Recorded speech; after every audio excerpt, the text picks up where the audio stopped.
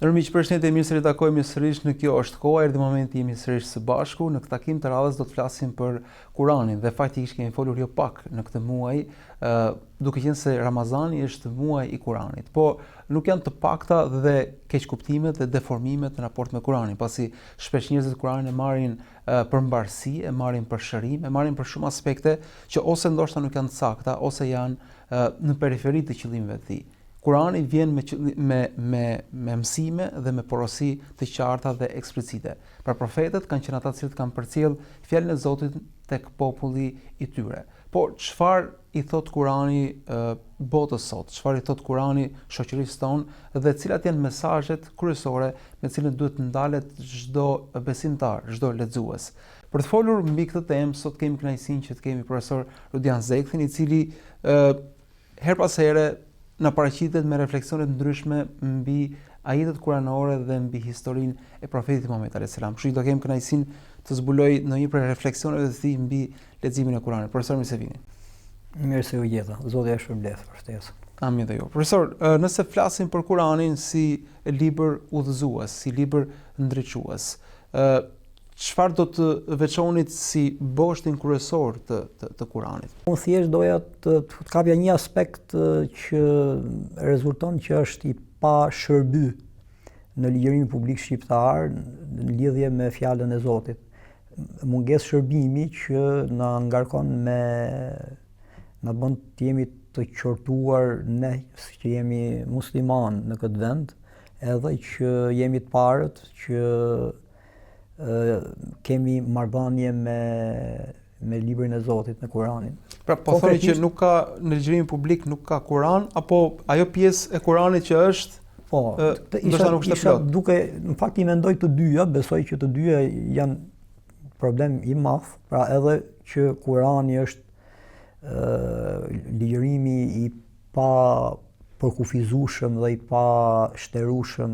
I Zotit në Kuran është shumë pak I pranishëm në hapësirën e ligjërimit publik shqiptar, po kjo është e qartë, po unë nuk isha duke folë për këtë, po isha duke thënë edhe në ato të paktën të mangëtën e paraqitjes tij, neve kemi standardizuar sikur Kurani është një libër lutjesh edhe morali që kërkon për njerëzve të sillen mirë edhe ta reflektojnë bindjen e tyre tek Zoti duke u mbështetur tek Zoti për çështjet ditore ekzistenciale që ka secili më vete, e duke e lënë praktikisht të pa në hijet, pa paraqitur, të pa ndriçuar zemrën e Kuranit në thelb, që është mundësia që apo obligimi që përmes fjalës Zotit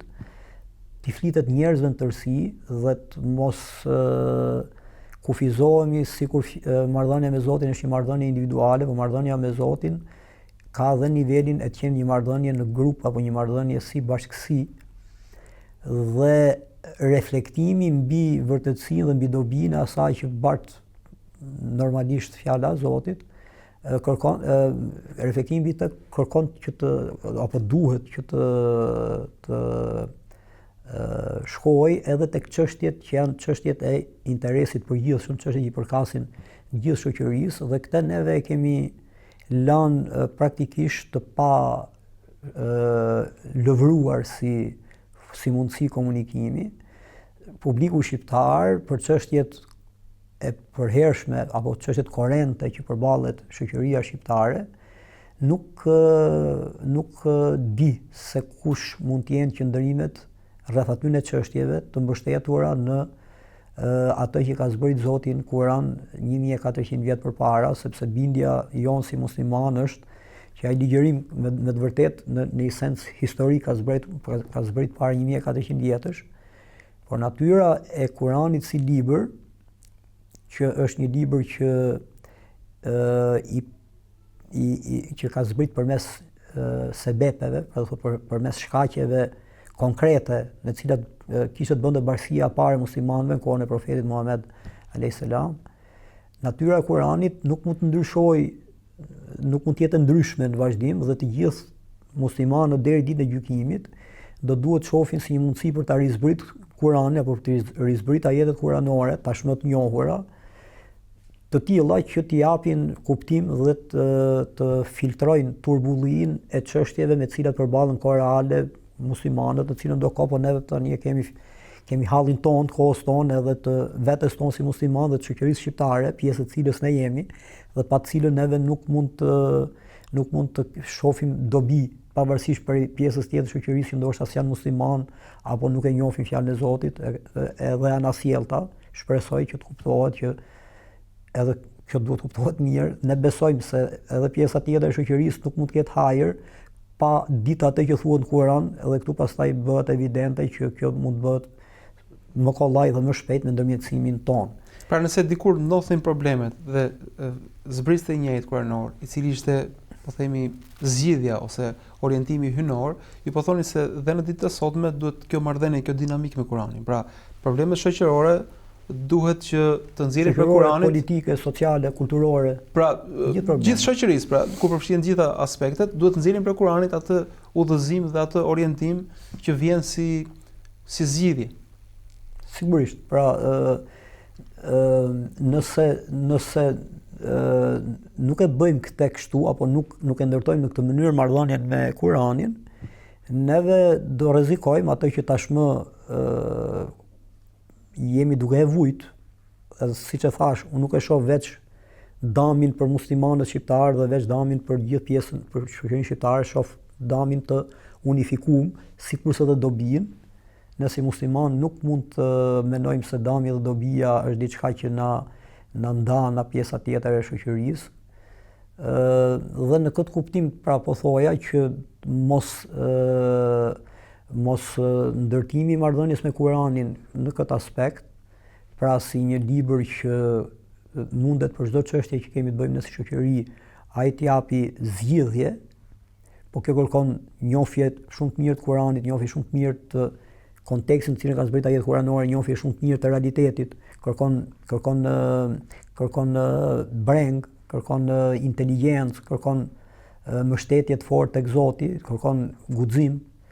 kërkon kamgulje kështu me radhë, edhe vështirë që gjitha këto ti mbledhësh. Fakt dhe prandaj ndoshta duhet edhe me gjeti një moment që ta justifikojmë sepse s'ka ndodhur, por se kjo kërkon angazhim të plotë të gjithë kapaciteteve të njerëzve që merren me këtë punë, njeriu apo të grupit njerëz që merren me këtë punë. Dhe në këtë kuptim, pra, neve nuk e kemi bërë këtë, në momentin që nuk e kemi bërë këtë, ajo që doja të thoja që në fillim është në momentin që se kemi bërë këtë, ne kemi krijuar përshtypjen dhe publiku të gjanë, që në fakt Kurani nuk është një libër që mund t'i flasë realitetin, nuk është një libër që ka kapacitet që çdo çështje, në përgjithësi çështjeve të aktualitetit, t'i japi një kuptim adekuat, paçka se është një libër apo është një tekst që ka zbritur herët, pra ne e dim 1400 vjet përpara, por dinamika e brendshme e tekstit kuranor dhe le të themi sistemi konceptual që është gjithandej i shpërndar i distribuar në Kur'an, bën të mundshme që ajetet që kanë zbritur për një kontekst konkret saktuar 1400 vjet përpara,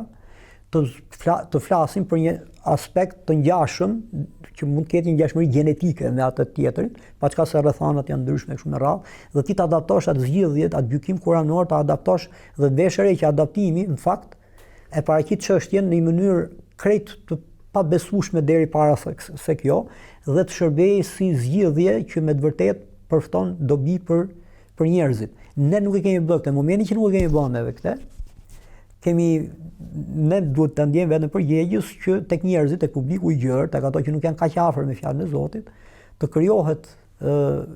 përshtypja se Kurani është një libër liturgjie, është një libër rituale, është një libër protokolli, i cili nuk ka lidhje me kohën apo me cilën do kohë ku njerëzit jetojnë, sepse është pra një libër që është mbyllur brenda kohës vet. Po ta pranojmë neve këtë të parët, do të thotë që Kurani nuk është më libër udhëzimi dhe dalim po tek ajo që është një libër formal një libër formulash edhe procedurash, po një libër i gjallë me fjalë që gjeneron koncepte në gjitha herët që ti duke besu këtë i drejtohesh atij. Pra, e di që e zgjata përgjigjen, po që ta lidhim tani, shpresoj që ta lidhim. Pra, ideja është që duke u sjell kështu ne, grupi muslimanëve shqiptar, duke e lënë disi të pa kultivu këtë aspekt thelpsor të ligjërimit kuranor, kjo edhe nënkupton kollajllokun me të cilin neve mund t'ja lehtësojmë vetes marrëdhënien me një mesazh kaq absolut siç është mesazhi i Kuranit, duke i folë njerëzve në përgjithësi për atë që për Kurani vjen si zgjedhje për çështje individuale. Edhe ndoshta kemi menuar që të bëjmë të lehtën edhe të thjeshtën. Po kjo është një gjë që ti nuk mund të bësh vetëm këtë, duhet të bësh edhe të japësh përgjigje njerëzve për hallin e përbashkët që kanë. Pra duhet i flasësh njerëzve për çështjet me të cilat përballet shoqëria shqiptare sot për shembull, që janë çështjet e relativizimit marrëdhënies me të vërtetën, e zbrazjes së virtuteve dhe nga vlera dhe nga statusi apo dhe konkurimi i njerëzve në gjëra të pavlera apo në gjëra që janë damsjellse. Ti mund të flasësh për shpopullimin e popullatës, për shpopullimin e vendit, mund të flasësh për keqëverisjen, që është më keq se ku shkon, megjithëse gjithmonë e keqja s'ka fund. Pra ti duhet i flasësh njerëzve me Kur'an dhe t'i japësh zgjidhje dhe kuptim për gjitha këto çështje. Neve se kemi bërë. Kur Zoti në Kur'an na tregon neve historitë e profetëve të mëparshëm para sigurisë së Kur'anit, se Muhamedi alayhis salam është profeti i fundit. Janë disa sure në Kur'an, po flisim më përpara bashkë për surja Shuara apo surja Enbiya apo surja Araf. Surja Araf, po surja 7. Pra këto sure tregojnë në mënyrë seriale se si historinë e profetëve dhe ku duket se profetët kanë bërë praktikisht kanë ndjekur të njëjtën procedë ligjërimore, pra janë drejtuar popullit në tërësi, duke thënë o populli im, në arabisht ato që din sadopak arabisht si unë apo si ti. Pra ja kaumi, kaumi thon popullit, o populli im, dhe i ftojnë përmes kësaj thirrje që është një thirrje makro, pra jo që i drejtohet gjithë publikut të kohës vet, është që t'i kthejnë njerëzit që të njohin Zotin si krijuesin e tyre, si të vetmin që meriton të adhurohet, dhe se në këtë thirrje ato nuk kërkojnë asgjë në këmbim për popullit vet, në këtë shërbim që i bën popullit vet, përveç kënaqësisë që ato t'ia ngjojnë fjalën edhe të drejtohen të gjithë në masë si popull tek krijuesi i tyre. Kjo ja ka umi, pra o popullim, kjo na ka munguar, për këtë jemi duke fal. Pra ne jemi drejtuar gjithmonë, jemi drejtuar tjetrit, ti o filan. Për ty është kjo, duhet bësh këtë, ose duhet ta kuptosh këtë gjë, ose sipas fesë kjo është zgjidhja. Dhe ne si musliman mundemi dhe duhet ta kemi si çështje të dorës parë që pikërisht përmes Kuranit t'i tregojmë popullit ton se si popull ku i ka mangësitë e veta, ku i ka dobësitë e veta, ku i ka cilat virtute i mungojnë, çfarë mund zhvilloj apo në çfarë mënyrë duhet i zhvilloj këto virtute tek vetja vet në mënyrë që të shmang këtë trajektore që duket se po na degradon si shoqëri politike dhe kulturore dhe të gjejmë një mundësi për të reflektuar dhe për të menduar të projektuar një të ardhmë tjetër për gjithë neve bashkë. Kurani, duke qenë se sa herë që flet për profetët, tregon se problemi i tyre ka qenë se ato kështu del, edhe që t'ia përgjigje precize pyetjes tënde. Pra që profetët kanë qenë të gjithë të keq trajtuar prej popujve tyre. Dihet kjo. Pra ka ardhur sepse profetët nuk kanë bërë këtë që po bëjmë ne. Pra që janë ulë me njerëzit individualisht dhe i kanë folë duke thënë që Zoti ka dhe për ty mëshirë, ka dhe për ty zgjidhje, po e njoftë Zotin tënd do vinë ditë bardha dhe për ty si person. Nuk kanë bërë këtë profetët, po janë drejtuar popullit, janë drejtuar shoqërisë tërësi dhe janë drejtuar sistemit, pra asaj mënyre dhe atyre institucioneve të ushqyera nga një doktrinë tjetër, jo nga doktrina e ardhur prej Zotit, përmes të cilës këtij sistemi, kësaj doktrine, këtyre institucioneve, ajo shoqëri ka garantuar mbijetesën e vet. Dhe profetët janë drejtuar këtij sistemi dhe asaj doktrine që këtë sistem e ka mbajtur në kam, që ka qenë një sistem i devijuar si rregull, sepse nuk e ka pasur origjinën tek Zoti dhe nuk ka konsideruar si më të rëndësishmin Zotin, si fillimin dhe fundin Zotin. Dhe veç e veç mund ta pranojnë gjithë edhe ato që nuk besojnë ke Zoti, që po mund të jetë kështu me fjalë që mirë, po nëse ti thu po që reperkursioni i parë i kësaj është që të gjithë neve atëherë të kthehemi tek Zoti, atëherë këtu ka menjëherë përplasje dhe profetët të gjithë e kanë kaluar përmes këtyre përplasjeve dhe një pjesë e madhe e tyre edhe nuk kanë pas sukses në këtë përpjekje, po pavarësisht prej mungesës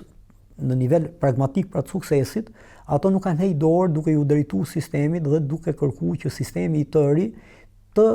përputhet me themelet e kuptimit pastër fetar, që është çdo gjë ka origjinën tek Zoti dhe do të kthehet tek ai, dhe kthimi tek ai është mundësia e të vërtetës finale ku do merret vesh me siguri që çfarë na ka ardhur si dëm përgjatë historisë si njerëz, na ka ardhur se s'kemi ngjuar Zotin, dhe çfarë na ka ardhur përmbar ka ardhur për aq kohë sa i kemi bërë gjërat sipas asaj diturie që ka zbritur Zoti përmes librave dhe profetëve. Tani nëse marrim si referencë, po themi revolucionin francez në Perëndim ose rënien e Hilafetit dhe Perëndimit Osmane në pjesën tjetër të botës, shoqëritë kryesisht dominuan nga laiciteti, i cili duke sikur ishte një ofertë shumë e mirë. Pra gjithë secilit i ofronte mundësinë që ta aplikonte fen në të gjitha dimensionet në rrafshin personal. A do thotë që jemi në kushtet e një kurthi ku pranojmë që brenda dimensionit individual ta aplikojmë fen edhe kaq na mjafton, apo e gjitha kjo është një keq praktikim i mesazhit kuranor? Sigurisht që merret vesh përgjigjja jonë, ajo që edhe ne të dy jemi dakord është që është kjo e dyta, është një keq kuptim i mesazhit Kuranit, keq kuptim që mund mos jetë bërë me qëllim, po që nuk do t'i hym tani kësaj, po që faktikisht merrim është ndruar në gjendje faktike dhe me siguri që problemi kryesor i laicitetit është pikërisht ky, me cilin edhe me sa duket jemi familiarizuar për fat keq, që çështja e marrëdhënies me Zotin është një çështje individuale. Ky është një mendim aq i përhapur sot, sa që kam idenë që nëse ka njerëz në masë që ngjojnë këtë bisedë, shumica atyre do thonë a janë vetë me fjalë. Duke si prishje terezie gjitha kjo që e marrin si të mirëqenë që kështu duhet të jetë. Me fjalë mirë, po pa e menuar thellë, duket sikur kjo është edhe e natyrshme dhe është edhe e logjikshme, kjo s'është as e natyrshme dhe as e logjikshme. Pra, pse nuk është e logjikshme? Sepse nëse çështja e marrëdhënies me Zotin shndrohet në një çështje individuale, do thotë që edhe çështja e vërtetës shndrohet në një marrëdhënie individuale. Se koncepti për Zotin përfshin konceptin për të vërtetën. Zoti nuk mund të jetë diçka e rrejshme, apo diçka marrëdhënie të cilit me të vërtetën është, le të themi kështu, aksidentale, po është thelbësore dhe është bën pjesë në mënyrën se si cili do qoftë e koncepton Zotin. Dhe nëse ti thu që marrëdhënia secilit me të vërtetën është kështu pra individuale, pas secili ka të vërtetën e vet në një farë mënyrë, do shkosh pastaj që arsyeja pse njerëzit rrinë bashkë nuk është më e vërteta, pra nuk mund të jetë një ideal, nuk mund të jetë një aspirat që i bashkon njerëzit, po janë arsye pragmatike, konjunkturale, individuale dhe të dobisë të momentit që ka secili në këtë botë me fjalë, dhe rrim bashkë vetëm se rrim dot veç e veç me fjalë se na ha ujku në një farë mënyre. Pra është thjesht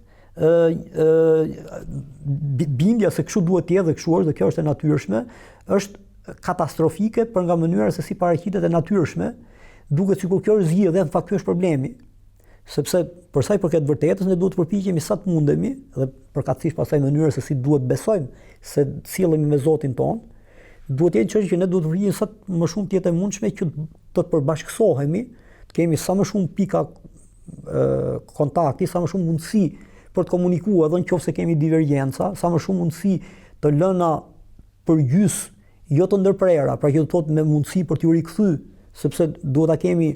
të sigurt që është breng dhe dështim, qofse nuk e avancojmë në mënyrë të vazhdueshme për bashkësimin rreth një të vërtetë apo për bashkësimin rreth Zotit apo krijuesit. Dhe laicizmi na ka bëjë që këto neve gjithë këto dame ti normalizojmë dhe ti marrim si të mirëqenia, apo edhe të kemi iluzionin që s'janë të tilla dëme, nuk ekzistojnë. Afu se ka vetëm dobi dhe nuk ka dëme prej tij. Dhe në këtë kuptim neve kemi rënë në këtë kurth edhe ne si musliman, dhe reflektimi i këtij kurthi apo i kësaj që feja është çështje individuale ne ka thënë që, siç thash, të marrim prej Kuranit për t'i shërbyer njerëzve me të cilët jetojmë, marrim vetëm ato fragmente, ato pasuse në Kuran, të cilat mund kanë vlerë për t'i shpjeguar njerëzve sjelljen e tyre ditore, çështjet e marrëdhënieve tregtare, e sjelljes të mirë të njerëzve me njëri tjetrin, të prindërve me fëmijës, të fëmijët me prindin, të afërmeve, me të lartin, me jetimin, kështu me radhë, që sigurisht janë pjesë e jetës, por është vetëm një pjesë, sepse jeta nuk është vetëm marrëdhënie midis fëmijëve, por është marrëdhënia e gjithëve ne si fëmijë apo si një bashkësi me tërësinë tjetër, me pjesën tjetër të shoqërisë. Është ajo që vu shoqëria shqiptare sot. Duke e lënë mangët neve këte, kemi krijuar përshtypjen ke njerëz që ndoshta mendojnë se për ta ditë se çfarë thot Kurani mjafton të ngjojnë se çfarë thonë muslimanët ose ato që shkojnë nëpër xhamia, dhe kemi krijuar pa dashje ndoshta ke njerëzit përshtypjen që Kurani nuk flet për çështje të përbashkëta. Nuk flet për bashkësinë. Flet vetëm për njeriu individual. Kjo është dëm shumë i madh nëse me të vërtetë, dhe ky është një qortim shumë i madh për ne nëse kemi ndikuar sadopak edhe pas qëllim këtë, dhe sigurisht se kemi pas qëllim këtë, por kemi ndikuar kështu në mënyrë të paqëllimshme që të krijohet kjo ide e gabuar për Kuranin. Duke u krijuar kjo ide e gabuar për Kuranin, mund të shfrytëzojmë këtë moment që të themi diçka për një çështje tjetër të madhe që është çështja e idhujtarisë, për cilën ne prap nuk flasim. A thu se është një çështje që s'është e rëndësishme apo është një çështje që s'është akute sot. Ajo që ram dakord, si një gjë që duhet të reflektojmë është që me punën tonë të mangët, me përpjekjen tonë të pa plot ose të pa kompletuar më mirë, ta them kështu, neve mund të çojmë tek njerëzit idenë e gabuar që Kurani nuk flet për çështjet e përbashkëta. Dhe Kurani nuk flet për sistemin, dhe Kurani nuk e qorton sistemin nëse sistemi është i pa referu tek Zoti, praktikisht është një sistem laik. Dhe duke kriju këtë përshtypje tek njerëzit, neve kemi bërë të mundshme që të avancojë një lloj praktike idhujtarie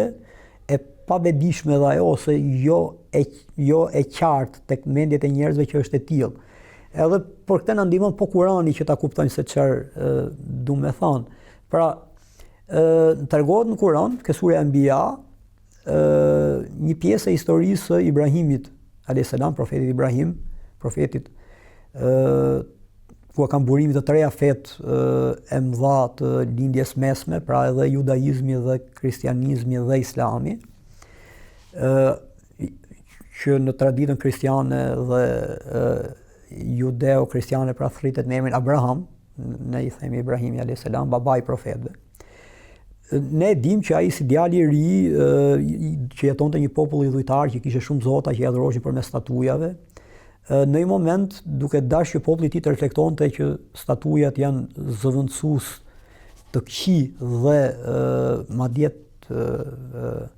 të neveritshëm të Zotit të Madh, po pyeteni atë kryezotin tuaj se ju a tregon ai se kush e bëri këtë punë. Besoj ajetet 62-66 tek surja, janë 4 ose 5 ajete tek surja Anbiya, dhe ato në një moment nga inercia e bisedës nisën që ta pyesin, ani u thonë, ore, ti po tallesh me ne, ti e di që këto s'flasin. Dhe nën teksti është i Ibrahimit alayhis salam është po unë e di, po ju a dini që ato tek cilët ju besoni nuk flasin? Dhe ato në atë moment kur e kuptojnë që ai ka dekonstruktuar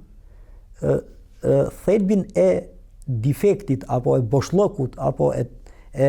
të pa pranueshmes në marrëdhënien e njeriut me hyjnoren, që është që idhujtaria do që Zoti të jetë, po të jetë me mec, Zoti të jetë një spond ku ato të drejtojnë hallet e tyre dhe t'i kthehen në një farë mënyre të përpunuara apo të domestikuara, të zbutura dhe të menaxhuara. Njeriu e ka qef që kjo të jetë, pra që ketë një Zot që ta shpëtojë nga telashet apo t'i bëj të mundshme që ti menaxhojë telashet. Dhe nëse ti e do Zotin vetëm kështu, do thotë që ti nuk e do Zotin. Për si lloj hajmalie, pra kjo është. Po, nëse ti e do Zotin kështu, do thotë që ti se do Zotin dhe diku tjetër thuhet që ju doni njëri tjetrin, thotë Zoti, prandaj keni këtë marrëdhënie me mua, është ke sura Ankebut kjo. Në momentin që idhujtarët duan që të ketë Zot. Pra idhujtarët nuk janë ateistë, nuk janë refuzuar Zotit. Ato besojnë që ka Zot dhe ka hyjnore dhe ka transcendencë. Po duan që ai të mos ketë fjalë të drejtë për drejta me të cilat tu flas, sepse ato fjalë nuk kuptojnë obligim total marrëdhënie me Zotin. Një Zot që flet kërkon që ti të jesh gjatë gjithë kohës apo nuk kupton që ti të jesh gjatë gjithë kohës në komunikim me të. Dhe në momentin që zgjedhin që Zoti të jetë i tillë që nuk flet, ato kanë vënë zgjedhjen e vet. Dhe ato nuk e duan Kur'anin, sepse Kur'ani është pikërisht ai libër, le të flasim për veten tonë, është ai libër që si fjalë burimore autentike, le të themi që i shpërthen të gjitha kornizat e ligjërimeve të njohura që ne dimë, ai e vendos besimtarin e vërtet përballë obligimit që të jetë gjatë gjithë kohës nën shenjën e komunikimit me këtë fjalë të Zotit. Dhe këtë doja të thoja, në momentin që neve nuk tregojmë se çfarë përmes fjalës Zotit është zgjidhje për çështjet e shoqërisë shqiptare, neve kemi rënë në terbietin e idhujtarëve, pa qenë të tillë sigurisht, po ne muslimanët, sepse ai iluzioni që i kemi krijuar njerëzve është iluzioni që Zoti jon nuk flet. Dhe prandaj ndoshta nëse ka një lloj normalizimit njerëzve sot publikut shqiptar në marrëdhënie me muslimanët, me islamin, përtej atij aciditetit që shoqëroi 20 e sa vjet përpara goditjen e kullave binjake e kështu me radhë, nëse ka ndonjë lloj pranimi, duhet të shohim është një pranim i ndershëm apo i vërtet apo është përmes një iluzioni. Njerëzit thonë mirë, pa pranojmë, s'na obligon gjë ta njohim dhe ta pranojmë Kur'anin në fjalë. Çfarë keq e ka se siç kanë bërë idhujtarët, jetë e motë edhe siç ka bërë populli i Ibrahimit alayhis salam. Pra që i kishin zotat e tyre dhe e kishin mirë marrëdhënien me to, dhe me Zotin e Ibrahimit e kishin keq marrëdhënien, se diferenca ishte kjo që ato nuk flitnin. Dhe e mos folmja nuk kupton që ti e bën si dush marrëdhënien me dikë që s'flet. Kurse me dikë që flet në mënyrë permanente, siç është Zoti jon përmes Kur'anit, ti duhet mendohesh mirë para se të thushit po ti je Zoti im, sepse ai do kërkoj prej teje një impenjim të përhershëm që të marrësh nga një Zot që flet në mënyrë të vazhdueshme mesazhet adekuate për t'i dhënë kuptim çështjeve me të cilat ti përballesh, pavarësisht se kush është koha dhe vendi në cilin jeti apo bashkia e besimtarëve. Profesor, këto minuta hiqen shumë shpejt dhe vetëm sa në hapën oreksin për të lexuar në këtë rast për jush të plot këtë ide, unë i kërkoj ndjes që do duhet ta mbyllim këtë bisedë, po thash kjo në hapi oreksin për ta lexuar të plot, duke qenë se jush her pas here i hidhni dhe në letër këto, kështu që unë falenderoj shumë për këtë bisedë dhe për këto refleksione. Faleminderit ju. Dorëmiq, këtu e mbyllim takimin sotëm, ishim me profesor Dilan Zekfin, hapëm një dritare e cila duket se ka nevojë që të hapet e plot, të kuptohet e plot koncepti i drejtë i udhëzimeve kuranore, i mësimeve të profetëve, dhe po shpresojmë që profesorit ta kemi sërish në takime të tjera, po edhe në kontribute të tjera përmes shkrimeve dhe botimeve. Ju falenderoj që na ndoqët, mirë takofshim.